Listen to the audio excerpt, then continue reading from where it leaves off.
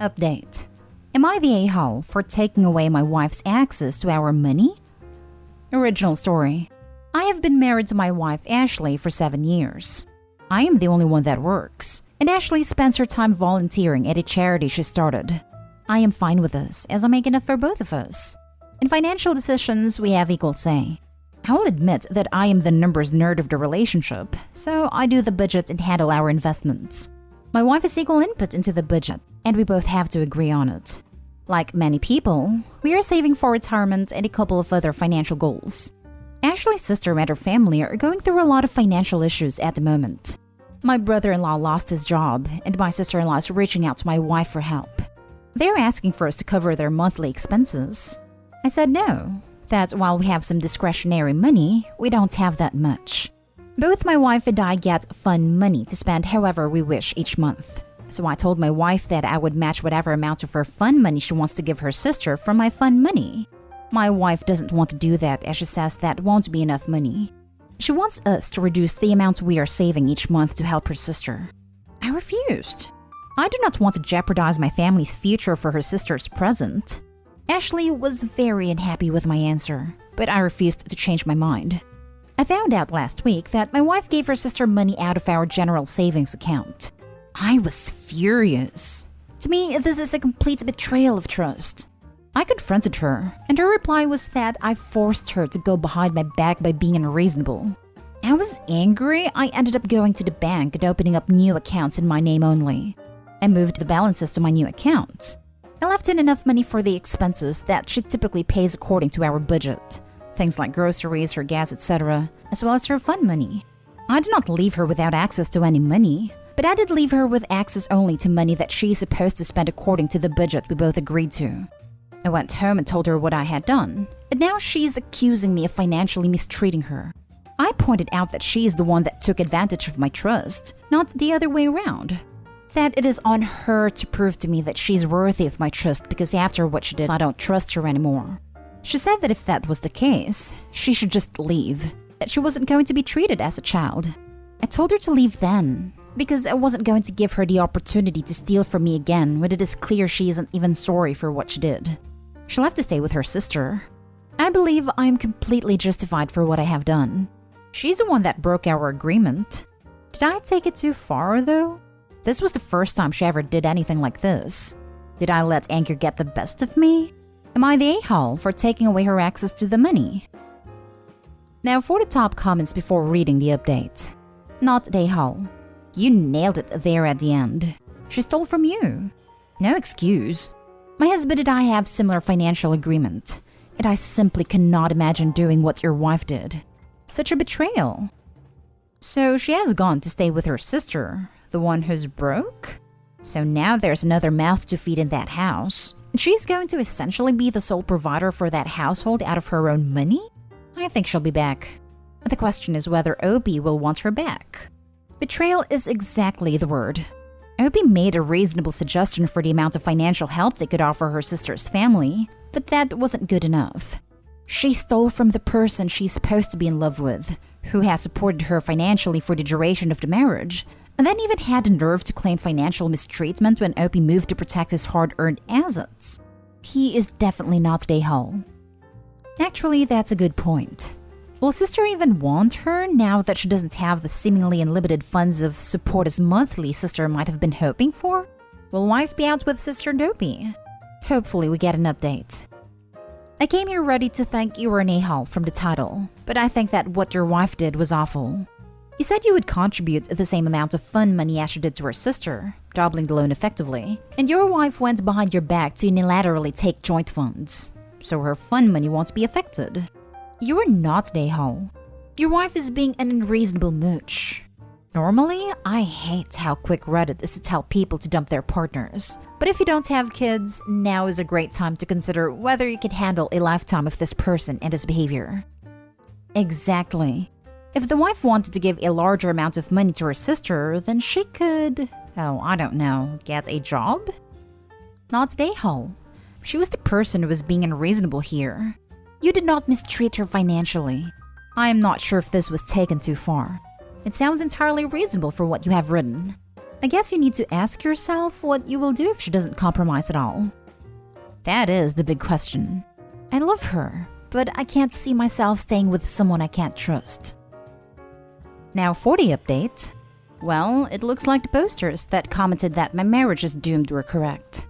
First, after reading the posts, I agreed that it was not fair that I had access to our savings and she did not, even though she gave some away without my consent. Following the advice of several posters, I contacted my bank and I found out that the account could be changed, so that while both of us could deposit money, it would take both our signatures to take money out of the account. This would give her the same control over the accounts that I had by putting them under my name. I contacted Ashley to let her know that I would put the money back in the joint account if we switched the account to require both of our signatures. She said no, that just showed that I didn't trust her. I told her I didn't, that she had taken money without my consent, so of course I didn't trust her.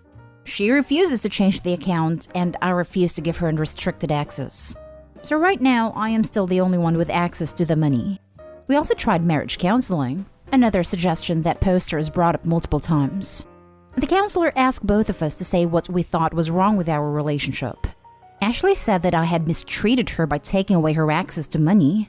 I said that Ashley had broken my trust by giving away money without my consent. It took a few sessions, but it's because pretty clear that we just weren't going to see things the same way.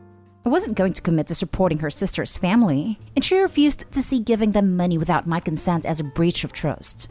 The kicker came when it got to be close to the end of the month, and Ashley demanded, not ask, demanded that I put $3,000 in the account for her to use to pay her sister's bills. Her reasoning was, since she stayed there, we owe it to them. I told her she was ridiculous, and that if I wouldn't do that while we were together, why in the world would I do it now? She walked out of the session and told me that she wouldn't continue counseling until I agreed. I contacted a lawyer and filed for a legal separation and will be filing for divorce. I found that I'm legally obligated to pay usual and ordinary bills of the household, but I am not required to pay any bills for where she moved to since she left voluntarily. So I'm doing what I am required to, including things like paying for her car insurance and her cell phone, but I'm not giving her access to any other funds. She has asked, more like demanded, I give her money as she will be getting it when we divorce, but I don't have a way of making sure whatever she is given comes out of the final settlement. So I'm refusing. I can't stress this enough. Obey your attorney. Do not take the high road or man up or any of the other BS things people are going to tell you that you need to do. You only need to obey your attorney. That's it. I'm sorry this happened to you. Best advice, and only advice to take. Do nothing more and nothing less. Do whatever your lawyer is telling you to do. It's too bad you don't have a prenup. Since she wasn't working, you might have to pay alimony. I hope things work out for you in the future, and I'm sorry you were taken advantage of like this. At least you know now how selfish and self-absorbed she is, and that reality will bite her hard when she realizes she needs to get a job and support herself now. From a comment Opie made after he posted the original, alimony isn't a thing in the state. Thank goodness, I'd say. Meanwhile, sister-in-law is sitting back, rubbing her hands together, waiting for the divorce payout money she'll convince her sister to hand over to her. Opie's wife blew up her own comfy life for what exactly? What an idiot. She needs to wake up to her bad attitude. Helping her sister is one thing, but what she did and how she went about it are very entitled. I hope no kids are involved. Have you spoken to your sister-in-law and explained what her financial demands have cost? We do not have children, and I have not spoken to sister-in-law. Now for the next story. Am I the a-hole for refusing to let my stepson return home without punishment after he ruined my daughter's book collection? My biological 12-year-old daughter Susan likes to collect and read old children's books, and she's become an incredible reader. She had problems with reading and learning before, and we were advised to encourage her to read. And ever since she started reading, which she does regularly, her skills improved. She also reads to her 2-year-old sister every night. I have a 16-year-old stepson, Levi, who can be a hothead sometimes. We don't have a son-dad relationship, but I respect him and he respects me, though he can act quite mean and selfish towards me and his sisters. He'd throw away stuff that belongs to us over small arguments, and teases Susan for spending a lot of time to read, calling her grandma. My wife and I discussed his behavior and had conversations and agreed on punishments, but Levi would go to his dad's place whenever it causes troubles, then have his dad yell at me for wanting to discuss a suitable punishment. Then Levi comes home days later expecting me to let go of what he did every time. It's frustrating. I got a call at work from Susan saying Levi took her entire book collection and threw them in the pool after she refused to lend him and his friends her camera for his trip.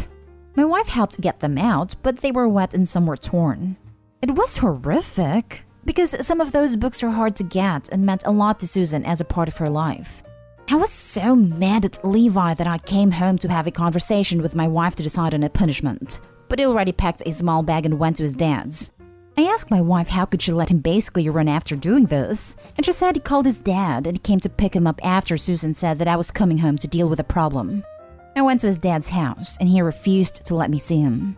I told him how Levi was hiding from consequences, and his dad tried to justify why Levi was acting out by blaming me for how me and Susan treat him. He even said he'd get CPS involved if I ever tried to punish him, because I'm not his dad, so I have no right. Adding that what Levi did was a reaction to my daughter being mean to him. He told me to leave, because Levi won't come home till I promise not to do anything about what he did and put it in writing. I told him Levi should stay here with him then. He's not gonna come back till he get a proper punishment. His dad argued it's his mom's house too and called my wife. And she asked to let this go and we'll figure out some way to resolve it. But I don't think it's fair for Susan to have her books ruined and Levi getting away with it. They're asking me to let it go. But this will only encourage Levi to do worse if I don't deal with it now. It's been 2 weeks and my in-laws say I was out of line for banning Levi from coming home and are telling me to step back. But I refused. Edit. Levi's dad thinks that because I'm not his bio dad, then I have no right to punish him for whatever he does in the house. In the past, his dad caused issues when I used to take Levi's electronics that his dad bought as punishment. Then I got talked out of punishing him every time he did something unacceptable, whether to me or his sisters. I've arranged for family therapy, but Levi's dad refused to let him go. I'd like to mention that my in-law said that Levi is willing to apologize to Susan, and so this should be enough to get this over with. But I kept saying no, and for that I'm being considered at fault. Now for the comments. Not a-hole. If your wife refuses to punish her son, then you need to divorce her. Or at the very least, move into a separate house with Susan and your youngest daughter until Levi is out of the house for good. If your stepson continues to get away with hurting Susan with no consequence, Susan is going to suffer greatly. This is a hill to die on. Edit. To everyone telling me that divorce is a crazy suggestion and is an overreaction, I would like to point out my suggestion specified that he should do it if his wife refuses to punish her son. I'm not saying that he shouldn't try to convince his wife first.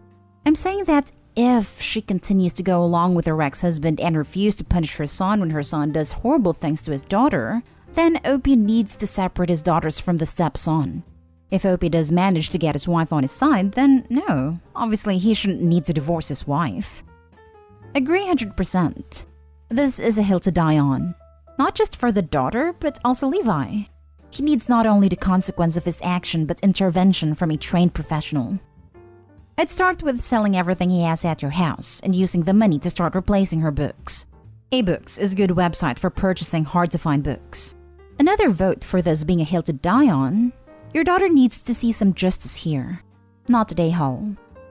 You don't teach respect by acting disrespectfully. Children are smart enough to see hypocrisy for what it is.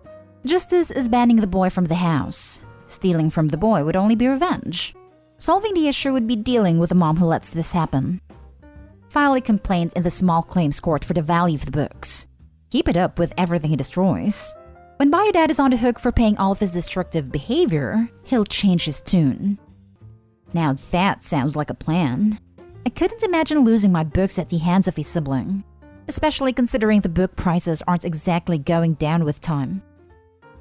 Last story is titled, "Am I the a-hole for not telling my ex and her boyfriend that they should act like the soccer game was life?"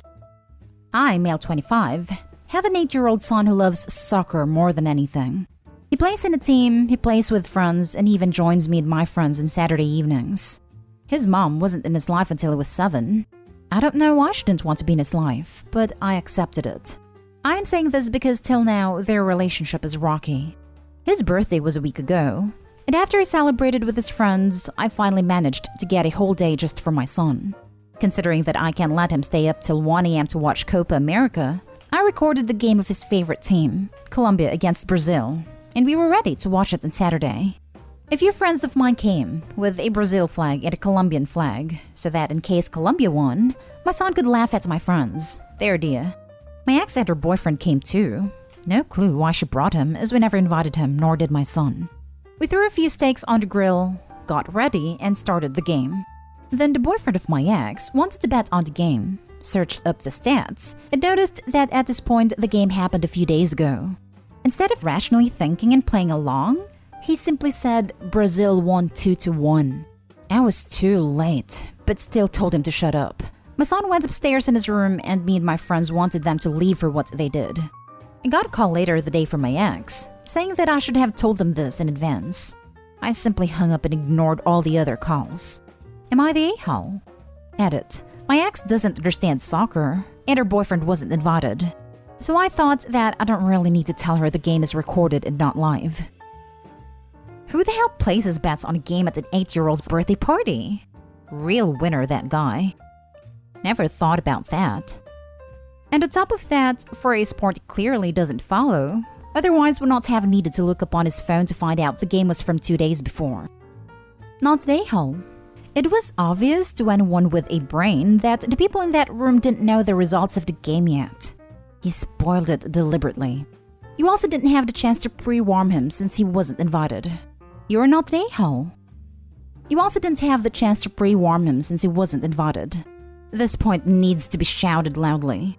Not the a-hole. The boyfriend wasn't invited, and common sense states that if it seems like no one knows the outcome, you keep your mouth shut. Not the a-hole. I feel so bad for your son. That was a really good idea you all had, and some prick ruined it. Your ex should have asked if she could bring him over, and given his lack of social awareness that he shouldn't have gone, it doesn't shock me that he's placing bets at a child's party. Yeah, but we ended up watching the Colombia versus Uruguay game, and fortunately Colombia won that one.